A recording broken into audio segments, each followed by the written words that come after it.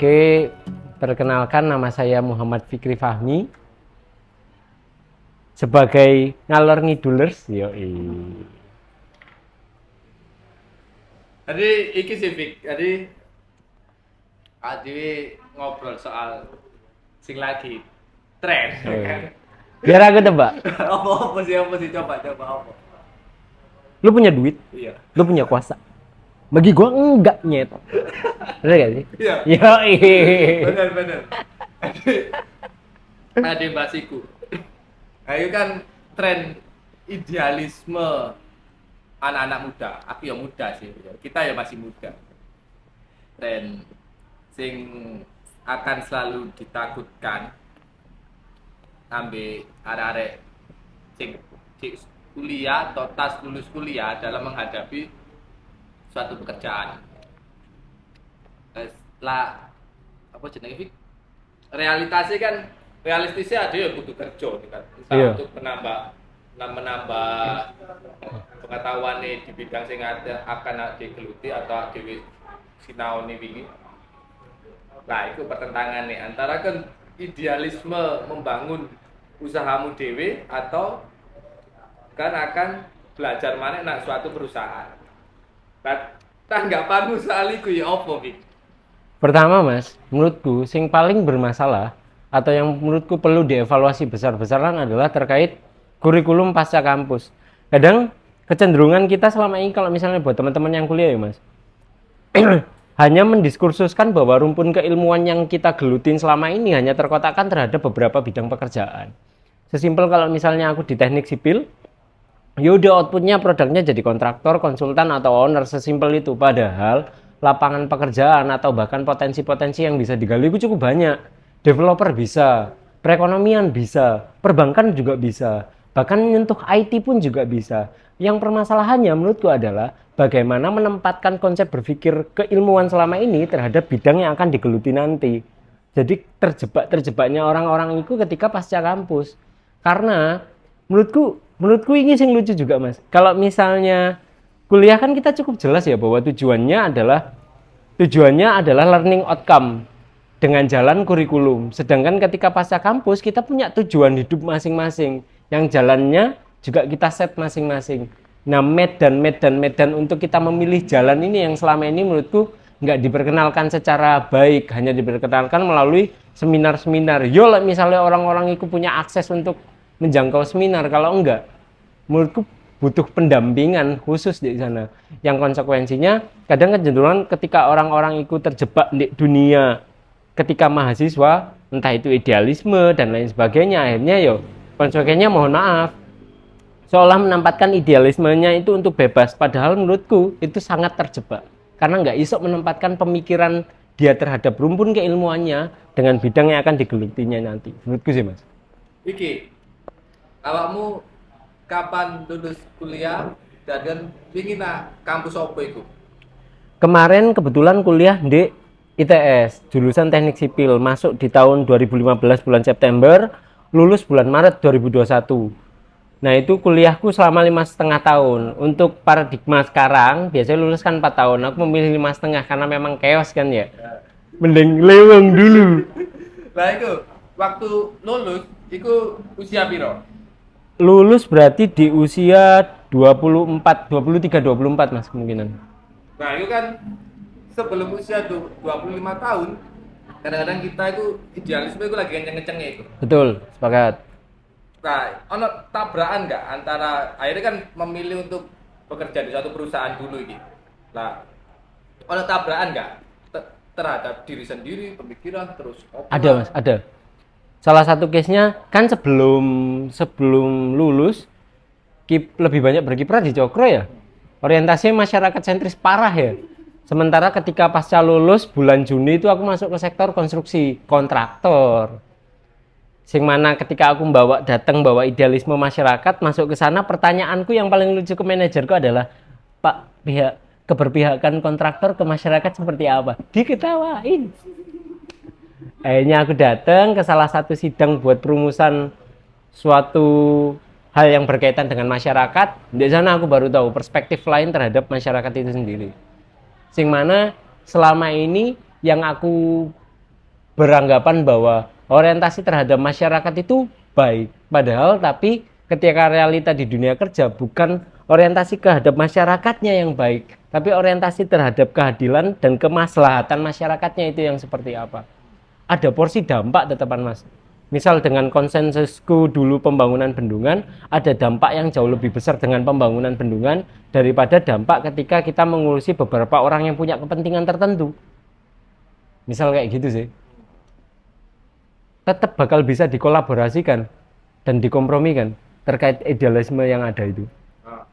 Nah ini lah di zaman kita masih di lingkungan pendidikan, ini kan bayangan tentang suatu pekerjaan itu adalah hal-hal sing adewe nggak iso nggak iso menyalurkan idealisme, terus Iya. adewe terkekang, akhirnya adewe cuma dari kongkon-kongkonan. Sebenarnya hal-hal itu ono gak sih? Memang ono atau hanya omong-omongan warung ngono. Menurutku ono sih Mas. Cuman kadang permasalahannya adalah memanifestasikan bentuk idealisme iki.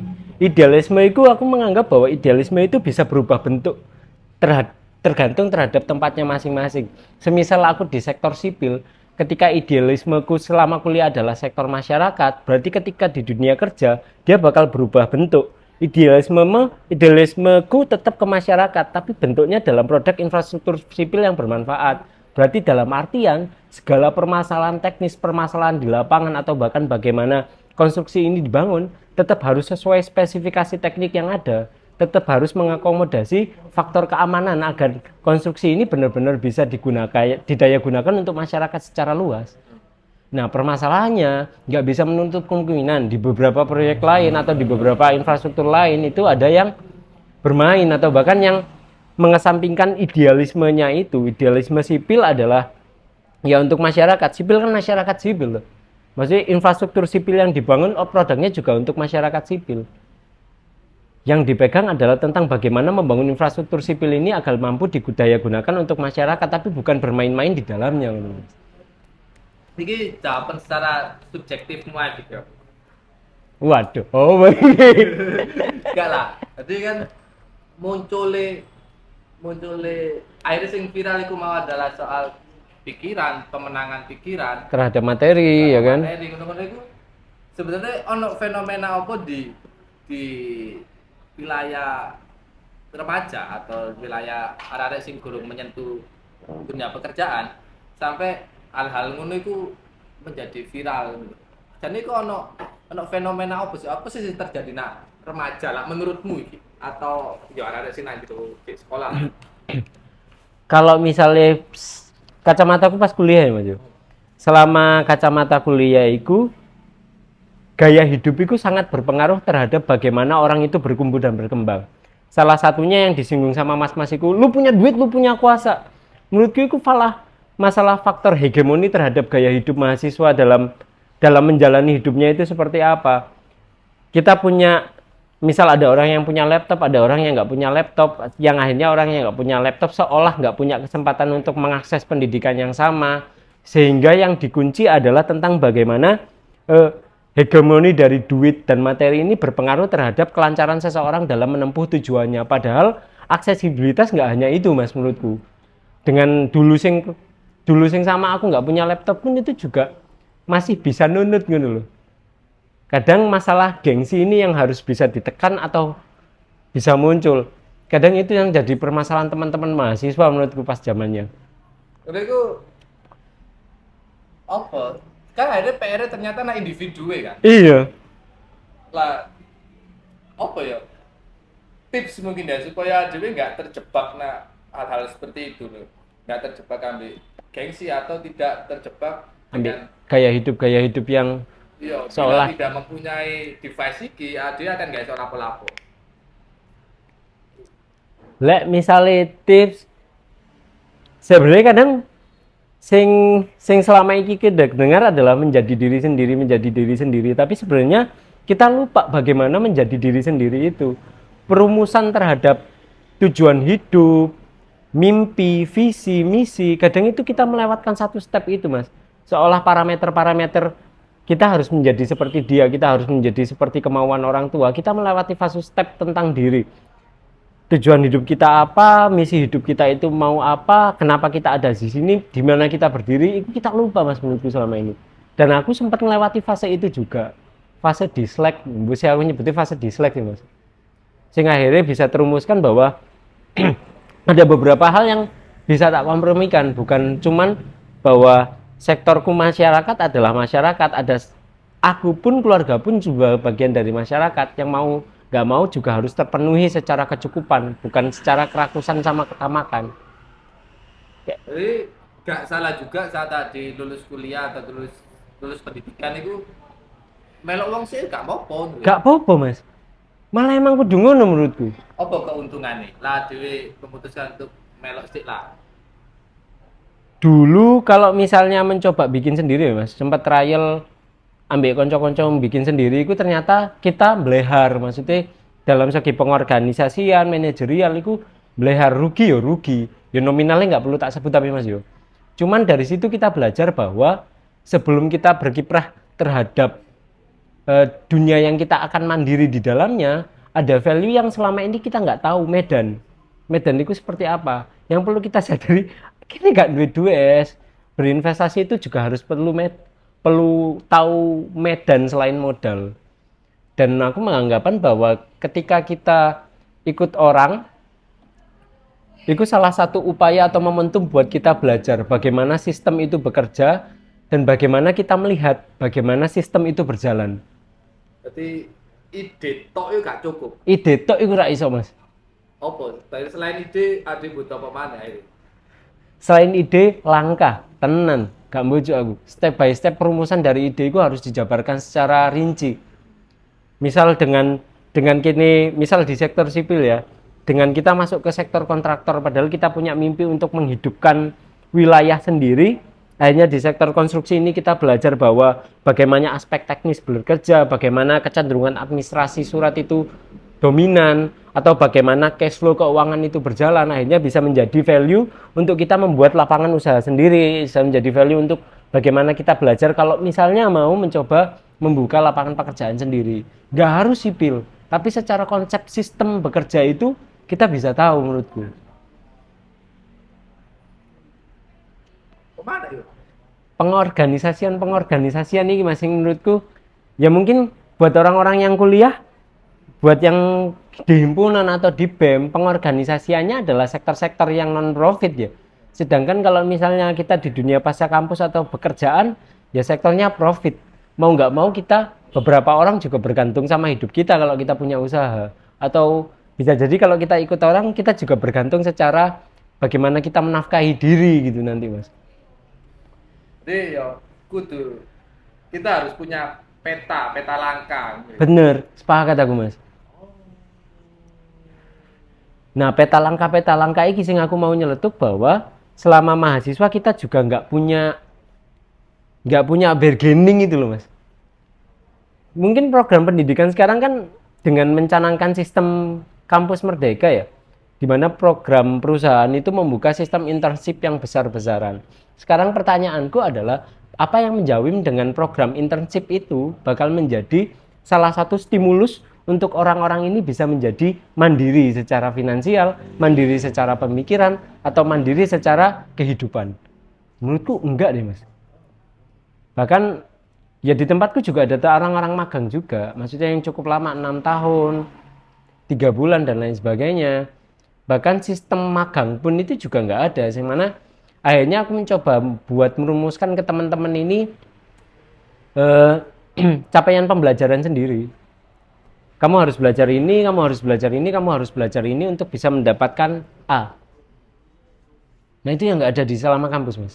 Cuman seminar-seminar aja adanya. Seminar pasca kampus. Asli, rak melu aku Mas, rak di duit. Oh bayar. Lek biyen ana sing bayar, ana sing gratis saka himpunan gratis paling sekali. Cuman maksudnya beberapa orang yang ikut seminar-seminar kan bayar 200.000, mending aku tuku suri ya. Iya, oh iya, mending aku tuku rokok. Goblok lu cocok. Walah. Iki sih ya kadang-kadang lah ngomongin soal masyarakat iku mau. Berarti ono sisi bahwa hari iki ku apa ya? Lah delok iki sih Fik. Kadang delok iklan-iklane arek-arek apa sing kerja startup. Iya Ya kan? iya Ini kan iya. sawangannya individual banget lho arek-arek iku mau. Apa individuale sikap individuale arek-arek iki menjadi ancaman lho saat dia wis jadi bayangan, dia menjadi keinginan itu apa menjadi masalah juga Masalah terhadap apa, Mas? terhadap akhirnya kan bekerja itu komunal. Iya iya iya. Sikap individual ini mau apa juga jadi masalah baru. Bakal jadi masalah baru sih, Mas, menurutku. Aku nggak pernah di sektor startup ya, cuman sebagian besar dari orang-orang yang bekerja di startup kan tetap sektornya bakal mengarah ke sektor kapital juga. Bagaimana startup ini bertumbuh ketika harus bersaing dengan perusahaan-perusahaan besar sing lain, yang mana tetap harus menghidupi usahanya, tetap harus menghidupi orang-orang di dalamnya, yang mau nggak mau tetap harus, mohon maaf ya Mas, harus tetap bagaimana, bahasa halus sih, bagaimana perusahaan startup ini bisa hidup. Mau nggak mau juga bakal harus dilakukan agar tetap manifestasi inflow duit-duit itu juga harus ngalir. Yang jadi ancaman menurutku adalah ketika posisi startup ini udah tinggi, sampai mana keberpengaruhan terhadap sektor ideal yang dibawa pada awalnya gitu loh, dengan membuka startup orientasinya ke masyarakat, orientasinya untuk membuka lapangan pekerjaan. Tapi ketika menjadi startup dan menjadi perusahaan yang besar, yang jadi pertanyaan sampai seberapa jauh masih mau mengusahakan atau mengupayakan sektor masyarakat tersebut, atau jangan-jangan kualifikasi untuk menjadi tenaga-tenaga yang ada di startup tersebut juga semakin tinggi standar-standarnya, kan juga perusahaannya juga tetap perlu bertahan tuh Mas, menurutku. Kan sebagai arek enom Subjektif iki Mas ya, aku ya Mas. subjektif aja. Jadi sebagai arek enom iki kan pikir gak sih Fik, kayak masih di bawah usia 30 tahun terus kan harus punya rumah, punya mobil, terus istri cantik, terus punya anak sing anak sekolah sing bowis kan pingin gak sih Fik? Yo asli gak iso nutup kemungkinan realistis sih, pengen Mas. Bahkan kemarin itu sempat tertampar sama temanku, kan kebetulan nyongkrong di sipil, terus kita diskusi pekerjaan seperti apa. Salah satu statement yang diutarakan sama temanku adalah gue bakal nge-state hidupmu di umur 27 tahun bakal seperti apa? Apakah bakal tetap ikut perusahaan besar dan menjadi pegawai yang kontrak, ataukah bakal merumuskan sendiri? Value-mu bakal berapa lah kita ngomong secara nominal? Rate gajimu bakal seperti apa? Kecukupanmu bakal seperti apa? Karena gak bisa menutup kemungkinan mindset teman-teman juga bahwa gaji itu menentukan value seseorang, Mas. Atau value seseorang itu tergambarkan melalui gaji. Kalau misalnya dengan umur sekarang pun untuk menjangkau ke arah tersebut dengan posisi yang aku bukan old money Mas yo. Turunan tani Mas yo. Secara realistis jalannya bakal lebih jauh. Cuman dengan waktunya kapan kayaknya belum tahu. Tapi setuju gak sih ambil apa arek enom itu kudu sukses dan kudu sugih akhirnya. Sebelum usia 30 tahun, 25 tahun itu wis kudu mencapai ini. Oh, rak sih Mas. Aku rak setuju mbak aspek itu. Maksudnya kadang nggak bisa diungkiri bahwa pencapaian-pencapaian di umur yang muda itu memang baik. Cuman kalau misalnya terlalu dipaksakan dan diupayakan itu cenderung bakal jadi pribadi yang ambisius dan serakah kan loh Mas, menurutku Mas.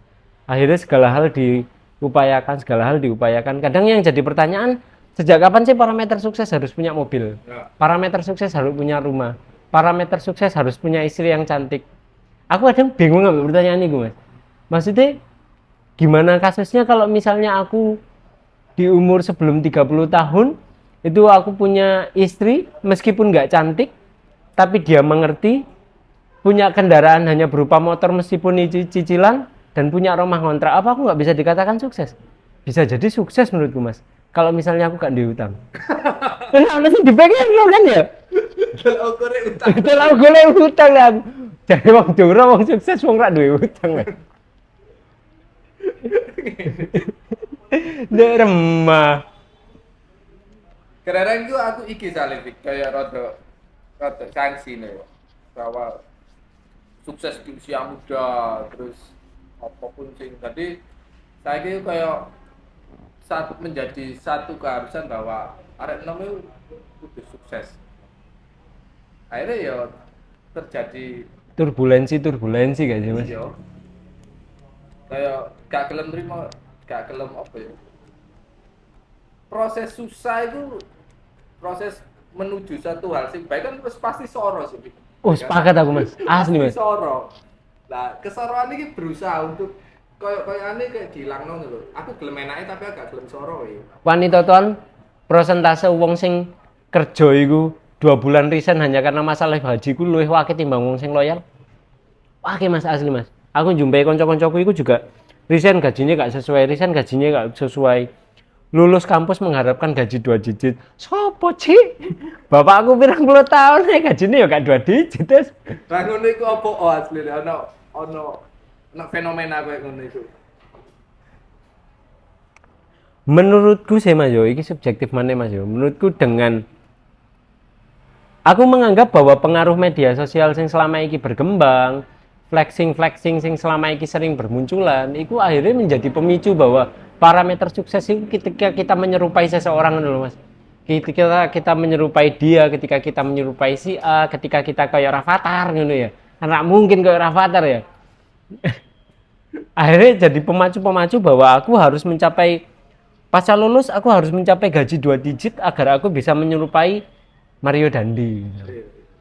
Padahal belum tentu dengan kita menyerupai Mario Dandi itu kita nggak bisa dikatakan sukses gitu loh. Tetap harus step langkah susah biar kita mengerti rasanya seneng gitu loh. Tetap harus step langkah sakit biar kita ngerti rasanya sembuh ngono piye ngono Mas menurutku. Lah ya apa akhirnya caranya ade duwe punya self defense gitu loh. Kayak menghadang imajinasi soal kesuksesan iku mau. Self defense ku tetap neng visi sih Mas, visi hidup sih Mas. Dengan visi kebetulan aku kan juga mendiskusikan visi hidupku dengan pacarku juga kan ya. Maksudnya ternyata kita punya visi hidup yang linier bahwa orientasinya bukan hanya untuk diri, cuman untuk kebermanfaatan sekitar itu seperti apa. Nah untuk mencapai langkah-langkah bagi kebermanfaatan terhadap sekitar itu ternyata nggak bisa kalau kitanya cuman langsung tiba-tiba melepas. Tetap harus ada momentum atau peta langkah yang akurat. Dan kita harus mengerti banyak medan agar tahu rasanya sakit itu piye gitu Mas. Menurutku yang dipegang cukup visi hidup. Yang jadi problem adalah seberapa banyak pemuda-pemuda atau orang-orang kayak kita punya self defense berupa visi hidup. Kadang kecenderungan visi hidup ini bukan visi hidup yang orisinil gitu loh, visi hidup yang terumuskan oleh orang tua, kamu harus menjadi A, atau terdoktrin melalui teman, kamu lebih baik menjadi A daripada menjadi B. Nah itu yang jadi permasalahan kalau misalnya di lingkunganku ya Mas sekarang. Iki apa ono banyolan nak media sosial kan arek enom kok kerja opo barista dong. Oh iya aku ngerti. Ternyata ono tipikal pekerjaan itu punya gengsi sendiri ya Mas yo. Sendiri. Kau kan nggak di dunia pergengsian itu. Oh iya sih. Akhirnya ya apa tanggapanmu soal lakon kerja ini pasti kan big pride. Awal kuliah dulu Mas ya, aku ngelihat orang-orang yang bekerja di sektor kontraktor itu menurutku wah keren banget, gagah banget.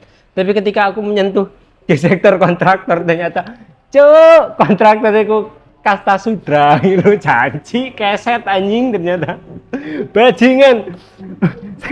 Sing ternyata orang-orang itu menurutku kayak kita selama ini terjebak sama glamorisasi doang bahwa pekerjaan yang keren adalah pekerjaan yang hebat padahal belum tentu karena kue dulu nyemplung dhisik nang dunia iki.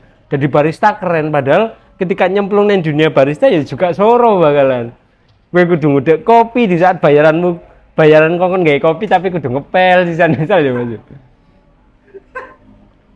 Misal iki Mas yo.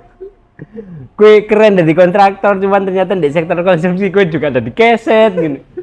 Orang-orang keren-keren Mas kerjaan itu tetap bakal tetap ono susah cuman value. Nah iki sing menurutku kadang Dadi permasalahan sisa. Piye carane melihat faktor kesusahan-kesusahan dalam dunia kerja atau dalam lingkungan yang kita gelutin itu sebagai value, bukan sebagai penderitaan. Kadang kecenderungan kita kan menganggap bahwa kesusahan, deadline dan lain sebagainya itu sebagai sebuah penderitaan yang kita itu nggak harus menderita, kita bisa mendapatkan yang lebih baik, padahal enggak. Bahwa menderita itu bisa jadi salah satu hal yang lebih baik untuk belajar daripada kita mendapatkan kesenangan-kesenangan duniawi kan, Mas. Menurutku ya, Mas. Ya mungkin bisa jadi dengan onone Cokro bergerak sing selama ini mulai rintis awal gembel sepurane Mas yo. Sampai saiki duwe mic dhewe lho Cik, gatel Cik, sangar anjing. Pasti ana langkah-langkah susah sih jadi value agar kita nggak terjebak di dalam lubang yang sama kan Mas. Tetap ono kesusahan-kesusahan yang dilewati biar jadi upaya mitigasi ke depan kan Mas menurutku Mas. Usia piro awak dhewe iki kan di peta ini, Iya. kan di peta. Menurutmu iki usia piro awak dhewe akhirnya ekonomi kudu settle? Lek misalnya aku ngeset diri gak masalah kan ngeset diri ya. Di 27 aku Mas menargetkan. Ya lah gak mati. Lek gak mati. Mikirku 27 kayak kok ben mati ya. Kedua ben sukses di 27 jangkrik. Menarik gak sih? Apa sih jenenge istilahnya? 70 Club. Kok 70? 17 Club ya? 17 pitulas lah. Oh iya. 27 Club anjing semangat banget. Ngomong sukses di umur 27 tapi mati anjing. Mending 28 wae ya berarti ya. Ben 27 sore dhisik ngono. Jangkrik. Timbang ade semakin belara iki. Mungkin nikah nih. Apa pesanmu gawe calon-calon pekerja supaya nggak terjebak ambek imajinatif bahwa kerja itu sing depret itu kayak gini terus usia sakmene ade kudu bener-bener wis nak top level dan akhirnya arek-arek iki ya apa carane den duwe sisi sing struggle. Oh iya. Lek misale saka ibu ya Mas. Ibu itu selalu menekankan bahwa dalam falsafah Jawa iku ana jenenge eling lan waspada. Niku iku keren banget gawe Berin Mas bahwa eling konsensusnya tentang kesadaran, waspada konsensusnya tentang sebuah kehati-hatian dalam melangkah, bahwa dalam kesadaran iki yo salah satu hal sing iso disadari iku menurutku 3 hal. Diri, lingkungan, ambek arah ke depan. Sadar terhadap diri berarti sadar terhadap porsi, batasan, kemampuan, dan potensi. Sadar terhadap lingkungan adalah sadar terhadap bagaimana lingkungan ini bekerja dan saling terhubung satu sama lain, bahkan terhadap diri kita. Dan sadar terhadap visi ke depan adalah tentang tujuan hidup, life. Sehingga itu bakal jadi life mappingnya.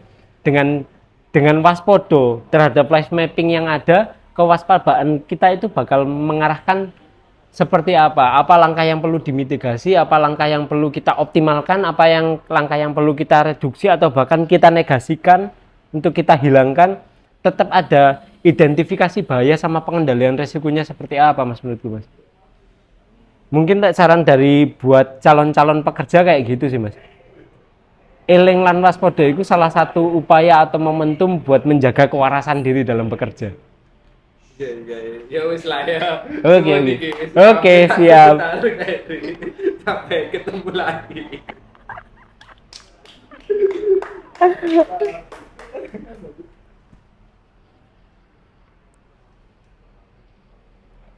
Pas menurut dia.